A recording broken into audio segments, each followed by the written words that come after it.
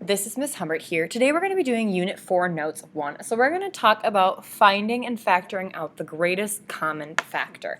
So that's kind of like our goal today, and that's what we're going to be working on. So before we jump into that, I kind of want to review the reverse of what we're going to be doing today.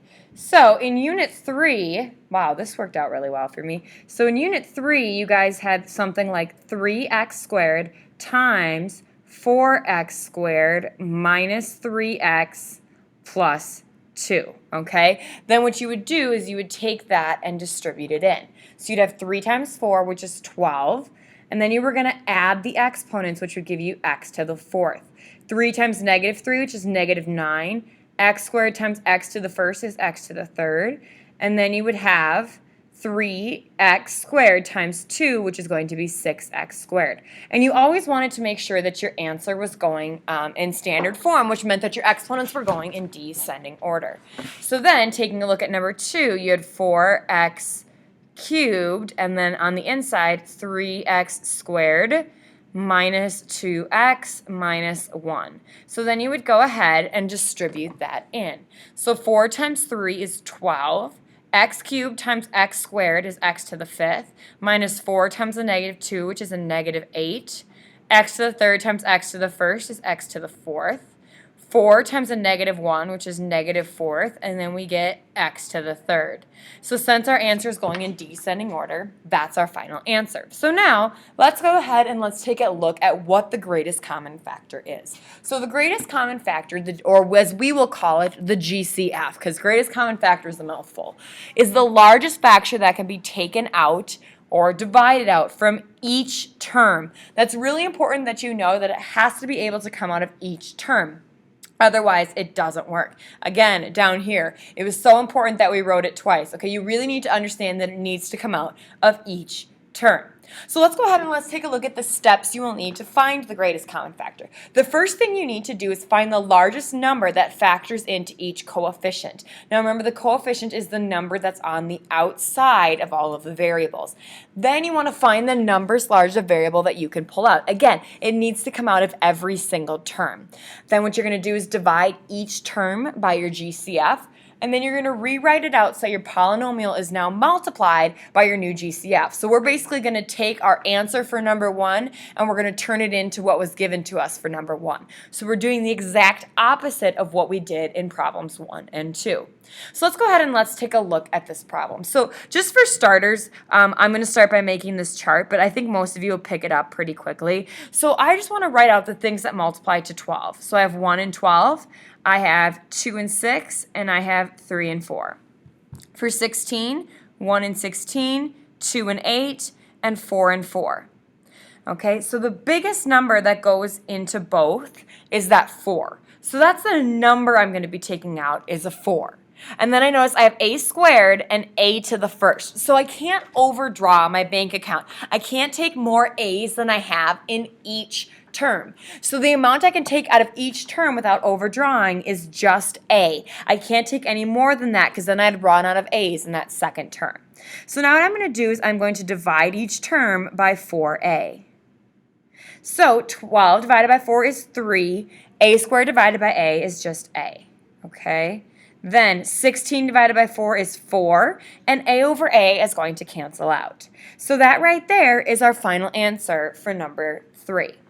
Now, let's take a look at number 4. So I have 14, I have 6, and I have negative 4, which for right now, for finding the factors, we're just going to focus on 4. So I have 1 and 14, 2 and 7 for things that multiply to 14. For 6, I have 1 and 6, and 2 and 3. For 4, I have 1 and 4, and 2 and 2. So the largest number that comes out of each of those is going to be 2. So I know I'm going to be dividing each term by 2. Then I look, I have r to the 3rd, r squared, and r to the 1st. Well, the smallest amount of r's I have is r to the 1st, and I can take r to the 1st out of each term. So I'm going to do that. 14 divided by 2 is 7. R cubed divided by r to the 1st is going to be r squared. 6 divided by 2 is 3. R squared divided by R is just R. And then negative 4 divided by 2 is negative 2. And R over R is going to cancel to 1. So I don't need to write it out when it cancels to 1. So now let's go ahead and let's take a look at number 5. So I'm not going to write out the factor tables anymore, but if you need to, you can always do that as an option. So all I'm really doing is asking myself, what's the biggest number that can divide 5 and 30? Well, the biggest number is 5. Can I take an x out of each term? No. Can I take out a y out of each term? No. So I'm not dividing out any letters. All I'm doing is really taking out a 5. Well, 5 divided by 5 is 1x, because I didn't take out any x's. 30 divided by 5 is 6, and then we're going to have the y there. More commonly, you won't see that 1x there. You'll just see it as x plus 6y. I wouldn't count this wrong, but know that you do not have to write it if you don't want to. So that's our final answer for number 5. So taking a look at number 6, first thing I want to do is figure out what divides 18, 12, and 9. So if you're struggling to figure out what divides each of those, feel free to go back to your original factor tables. Once you get more comfortable with this, it'll make more sense, but looking at that, know that 3 divides each of those numbers. And then I see I have c to the first, c squared, and c to the first. So the most amount of c's I can take out of each term without pulling more than I have is just c to the first. Then I have d squared, d to the first, d to the first. So the most amount of d's I can take out of the first term is just d to the first. So I'm going to go ahead and divide each term by 3cd. Okay, so 18 divided by 3 is 6. C over c is going to cancel out. D squared over d is just going to leave me d. Then 12 divided by 3 is 4. C squared divided by c to the fourth is just c, and my d's will cancel out. 9 divided by 3 is 3. C over c cancels out to 1. D over d cancels out to 1. So that's just going to stay as 3.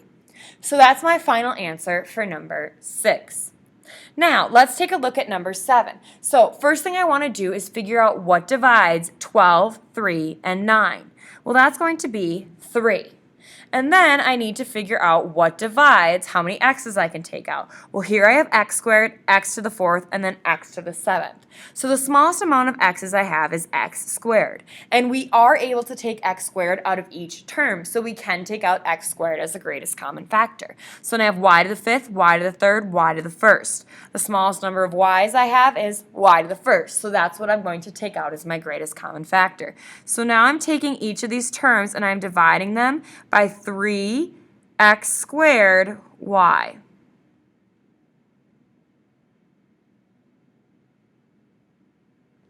Okay, so then when I do that, 12 divided by 3 is going to give me 4. And then x squared over x squared, that's going to cancel out to 1, so I don't need to write that. Y to the fifth divided by y to the first is y to the third. So negative 3 over 3 is just going to give me negative 1, which I'm not going to write because I don't need to write the 1, at least right now. As long as there's something else in that term, you don't have to write a 1. But if everything cancels out, then you do need to write that 1 as a placeholder. So x to the fourth divided by x squared is going to give me x squared. Y to the third times y to the first is going to, or divided by, sorry, is y squared.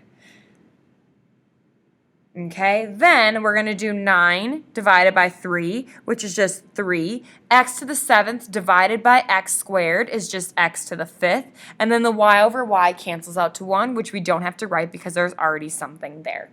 So that's my final answer for number 7. So taking a look at 8, I want to figure out what divides 3, 2, and 1. Well, the only number that divides that is 1. And then x squared, x, and there's no x in that final term. So I can't take out an x. So really all I can do is factor out a 1. But that doesn't change the value of the problem. So technically, there's no greatest common factor. I'm going to have us write it this way because it's going to make a lot more sense when you get to notes 2. Okay? So really it's just a greatest common factor of 1. So let's go ahead and let's take a look at number 9 here. So between 15, 25, and 1, a lot of students look at this and be like, boom, I can take out a 5. But you can't, because you can't take a 5 out of this last term. Even if you can take it out of the first 2 terms, if you can't take it out of all 3, you can't take it out of any. So then what divides x squared, x, and x? Well, we can take an x out of each term. And then students get all excited and try and take a y out of each term. But you can't, because again, this last term has no y. So I'm going to take an x out of each. So this is going to stay 15. So then I'm going to have x squared divided by x, which is just x, and that's going to stay y squared because that's not being divided by anything. 25 divided by 1 is just 25, and then x over x will cancel out, and then y. Now, a lot of students like to just leave off this last term here. So x divided by x, they're like, oh, that cancels out. And that's true, it cancels out, but it cancels out to 1. Now, normally if we have like 1 times x or 3 times 1, we don't bother writing the 1. But if everything cancels out and the 1 is all that there is, you have to write that down. So don't forget that 1 as your last spot right there.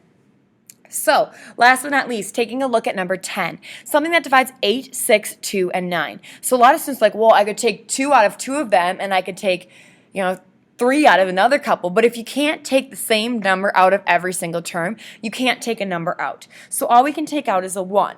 I can't take an A out of every term, and I can't take an X out of every term. So really all we're doing is just dividing these by 1. So again, technically not a greatest common factor because 1 doesn't change the value of the problem, but I want us to get used to writing it like this because that'll make things easier for us once we get to notes 2. Okay, so that right there is your final answer for number 10, and that concludes your note video. Thank you for listening.